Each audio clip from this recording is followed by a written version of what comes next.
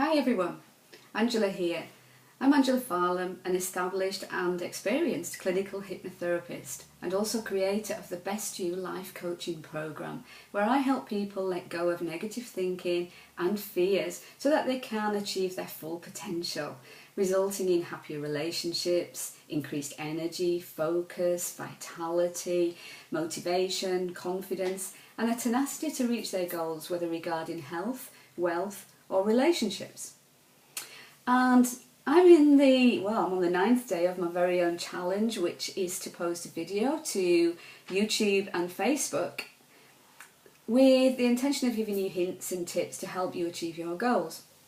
So today's day 9, and today's tip is a very personal tip. It's my greatest learning of my entire life, and I'm going to share it with you now.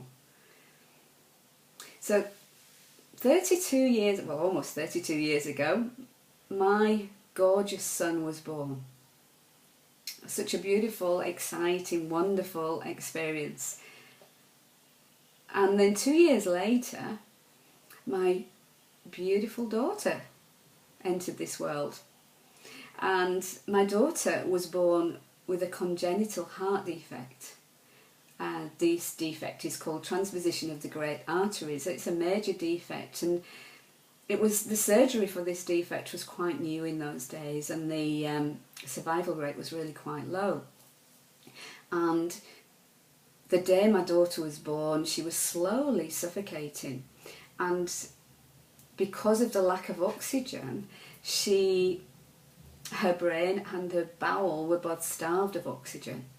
And so by the time she was 3 weeks old, things were getting from bad to worse, and it's very difficult to describe, but her head was like twice the size it should be. She was holding fluid in her body, and her bowel was extended. She had to have part of her bowel removed, and we were told she was brain damaged.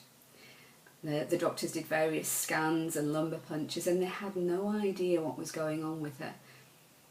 They told us to just take her home and to watch and wait, and we could do nothing except do that.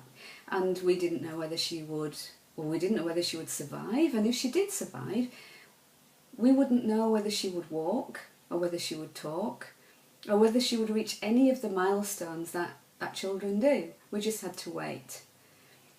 And she spent the first 3 months of her life in hospital. She was born in September, and she was still alive in December. I brought her home on the 20th of December. The day after bringing her home, I went shopping. I went to buy presents for Christmas.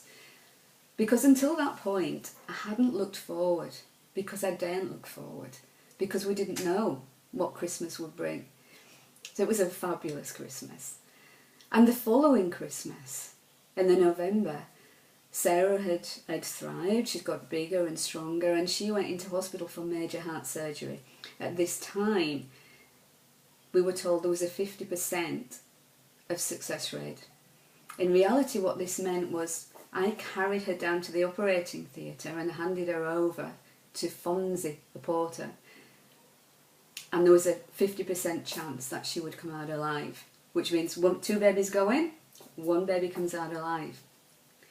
And we were fortunate. Sarah came out alive, and she's still alive, and she's living her wonderful life, and she's a mum herself. I have a grandson who is now 7 years old, very precious little grandson. And the best learning of my life was to live in the moment, because that's all we've got. And whenever I have a problem, it's always either that I'm worrying and thinking about something from the past, or I'm focusing on what might go wrong in the future.